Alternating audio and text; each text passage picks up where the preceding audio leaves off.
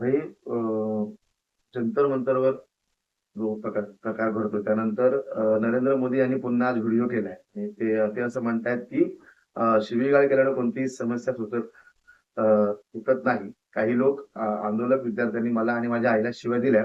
मी त्यांचा रोज समजू शकतो. मी त्यांना माफ करतो. हा, शेवटी जे मोठे नेते असतात त्यांची मनं सुद्धा तेवढीच मोठी असतात आणि सर्व घरातली मुलं ही त्यांना आपली मुलं असल्यासारखी वाटतात आणि हीच भावना आदरणीय मोदी साहेबांनी आपल्या एकंदर वक्तव्यामधून सिद्ध केलेलं आहे. मोदींनी व्हिडिओ आल्यानंतर संजय राऊत असं म्हणतायत की मोदींनी कालचा व्हिडिओ करणं म्हणजे त्यांनी शरणागती पत्करली आहे आणि त्यांना इथे आता भ्रमिष्ट झालेले आहे. संजय राऊत हे नेहमीच असंबद्ध बोलण्यासाठी प्रसिद्ध आहे. एक गोष्ट अशी आहे की मुळातच हे सगळं प्रकरण आपण लक्षात घेतलं पाहिजे की कशामधून उद्भवलेलं आहे. की एका केसच्या संदर्भात तरुणाईला कॉक्रोचची उपमा देण्यात आली. ती उपमा कुठल्या राजकीय नेत्याने दिलेली नव्हती, तर ती ओघामध्ये आपल्या देशाचे मुख्य न्यायाधीश सूर्यकांतजी यांच्याकडून आलेली होती.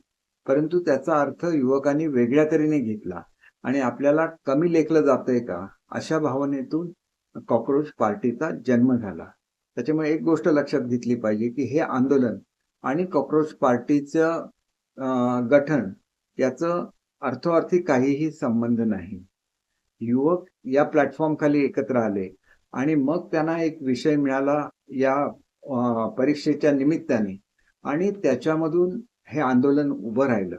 परंतु आंदोलनामध्ये अनेक असामाजिक तत्व सामील झाली आणि त्याच्यामुळे त्यांनी जे पोलिसांवर हल्ले केले, पोलिसांच्या गाड्या तोडल्या, त्याच्यामध्ये विद्यार्थ्यांचा सहभाग नव्हता, तर ती असामाजिक तत्व होती हे अनेक टीव्ही चॅनलनी सिद्ध करून दिलेले आहेत. त्याच्यामध्ये नामचीन गुंड सुद्धा होते ज्यांच्यावर मोका लावलेला आहे. अशा स्वरूपाचे गुंड आणि त्यांच्या टोळ्या होत्या. मग ह्यांचा शिरकाव कसा झाला, तर या एकंदरीत आंदोलनामध्ये राजकीय पक्षांनी शिरकाव केला आणि ह्या राजकीय पक्षांच्या माध्यमातून या असामाजिक तत्वांनी त्याच्यामध्ये प्रवेश केला. त्याच्यामुळे विद्यार्थ्यांचा विषय बाजूला राहिला आणि जो हिंसाचार झाला त्याच्यामधून लाठी चार्ज झाला आणि ह्या लाठी चार्ज मधून विद्यार्थी दुखावले गेले. मन हे तरुण लोक असतात, यांची मनं सुद्धा तेवढीच कोवळी असतात आणि त्याच्यामुळे त्याच्यावर फुंकर घालणं आवश्यक होतं आणि ते काम वडिलकीच्या नात्याने आदरणीय पंतप्रधान नरेंद्रजी मोदी यांनी केलेलं आहे आणि त्याच्यामुळे खरं तर या गोष्टीचं सर्वांनी स्वागत केलं पाहिजे. संजय राऊत गृहमंत्री अमित शहा टीका करताना असं म्हणतात की तुम्ही तडीपार केलेले गुंड आहात. एक गोष्ट अशी आहे की स्वतः राऊतजी हे तुरुंगामध्ये जाऊन आलेले आहेत, त्यांच्यावर अनेक आरोप झालेले आहेत, म्हणून कोणी त्यांना काही गुंड म्हणत नाही किंवा ह्या गोष्टी कोणी काढत नाही. आणि त्याच्यामुळे एक गोष्ट लक्षात घेतली पाहिजे की अमित शहाजींना जी तडीपारी झालेली होती तो संदर्भ हिंदू आंदोलनाचा होता. एक मोठं अग्नितांडव हे गुजरात राज्यामध्ये घडलेलं होतं. ट्रेन पेटवून देण्यात आली आणि त्याच्यामधून ज्या दंगली उसळल्या त्याचा एकंदर परिणाम हा तत्कालीन तिथं जे राज्यकर्ते होते त्यांच्यावर झाला. त्याच्यामुळे त्याचा अर्थ गुंडगिरीमुळे झालेली तडीपारी नाही आहे, तर एका राजकीय आंदोलनामधून झालेली ती तडीपारी आहे. त्याच्यामुळे अनेक वेळेला ज्या वेळेला राम मंदिरचं आंदोलन झालं अनेक लोकांवर केसेस केल्या गेल्या, त्याच्यामध्ये वेगवेगळे आरोप ठेवण्यात आले, पण ह्याचा अर्थ त्यांनी काही गुंडगिरीच्या माध्यमातून ते केलेलं नव्हतं. ते एक आंदोलन होतं आणि आंदोलनाच्या माध्यमातून झालेले हे खटले होते आणि त्याच्यामुळे अशा दृष्टीने देशाच्या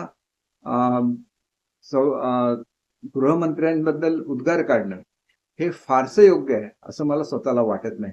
मला एकच सांगायचं आहे की आज जी इराणचं युद्ध चालू आहे त्याच्यामध्ये भारतीय नौकांवर ज्याला हल्ला केली त्याला भारत देश जगातला एकमेव देश आहे की ज्यांनी आपल्या युद्धनौका इराणला पाठवल्या आणि त्यांना दाखवून दिलं की तुम्ही आमच्या लोकांवर थोडा जरी हल्ला केला तरी तुम्ही जरी आमचे मित्र असला तरी तुमच्यावर प्रति हल्ला करण्याला आम्ही कमी पडणार नाही, हे सिद्ध करून दाखवणारा एकमेव जगातला देश हा भारत होता. आणि हे नेतृत्व मोदी साहेबांनी केलेलं आहे, म्हणून त्या नेतृत्वाचा गौरव झाला पाहिजे. आणि तुम्ही कुठल्या दृष्टीने कुठलं राजकारण करताय हे सुद्धा खरोखर लज्जास्पद आहे असं मला वाटतं. भाई, आता परीक्षा सुधारणा विधेयकाचं कायद्यात रूपांतर होतंय आणि त्यामुळे ज्या त्रुटी आहेत त्या दूर करून गुन्हेगारांवर बसवण्यासाठी अत्यंत कठोर शिक्षा, जलद तपास आणि वेगवान निकालाच्या तरतुदी त्या कायद्यामध्ये केल्या जाणार आहेत. हे खरोखर स्वागतार्ह आहे.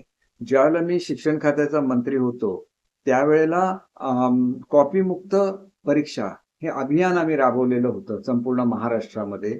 प्रत्येक जिल्ह्याचे जिल्हाधिकारी, पोलीस अधीक्षक, त्या जिल्ह्याचे सीओ हे सगळे ह्या चळवळीमध्ये सामील होते.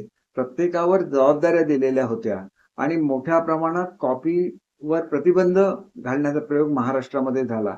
याचा परिणाम असा झाला की पहिल्या वर्षी थोडासा रिझल्ट कमी झाला, परंतु मुलं कॉपी करता येत नाही म्हटल्यानंतर मुलं अभ्यास करायला लागली आणि ज्या विभागांचा रिझल्ट कमी येत होता ते विभाग सुद्धा पुढे अग्रेसर व्हायला लागले. शेवटी आपल्याला सहजासहजी काहीतरी मिळू शकतं असं जर मुलांना वाटलं तर मग ते मेहनत करणार नाहीत. म्हणून त्याचं हे उदाहरण आहे की हे महाराष्ट्रामध्ये घडलेलं आहे. आज सुद्धा कॉपीमुक्त अभियान महाराष्ट्रामध्ये चालवलं जातं आणि त्याच्यामुळे महाराष्ट्रातल्या परीक्षा या चांगल्या रीतीने घेतल्या जातात आणि ह्याच्यापेक्षा सुद्धा अधिक फायदा ह्या नवीन विधेयकामुळे होईल. आणि निश्चितपणे पेपर फुटणे वगैरे हे प्रकार हे मला वाटतं इतिहासातून नष्ट होते. भाई, इथे शेवटचा प्रश्न. या आंदोलनामुळे जितके अत्यंत चर्चेमध्ये आलेले आहेत आणि ते आपल्या पक्षामध्ये यावेत म्हणून शिवसेना आणि ठाकरे गट आणि भाजप यांच्याकडे रस्सीखेच सुरू अशी चर्चा आहे. का नाही, मला स्वतःला असं वाटतं की त्यांनी आपलं स्वतंत्र अस्तित्व जपलं पाहिजे. मुळात ते आप पक्षाचे पदाधिकारी होते, त्याच्यामुळे त्यांना पॉलिटिकल बॅकग्राऊंड नाही असं बिलकुल नाही. परंतु त्यांना एक माध्यम मिळालेलं आहे ज्या माध्यमातून राजकारणाच्या बाहेर राहून युवकांसाठी काहीतरी ते करू शकतात. परंतु त्यांनी सुद्धा स्वतःवर संयम राखण्याची गरज आहे. कारण नुकतेच काही जी स्टेटमेंट त्यांच्याकडून आलेली आहे ती स्टेटमेंट बघता त्या तरुण वयाचा तो परिणाम आहे. त्यांनी जर योग्य असं नेतृत्व केलं तर युवकांचे जे प्रश्न आहेत ते राजकीय प्लॅटफॉर्मवर न येता या माध्यमातून सोडवता येतील आणि त्याच्यामुळे त्यांनी त्याच्यावर अधिक कॉन्सन्ट्रेशन करण्याच्या दृष्टीने त्यांना आम्ही सुयश ठेवतो.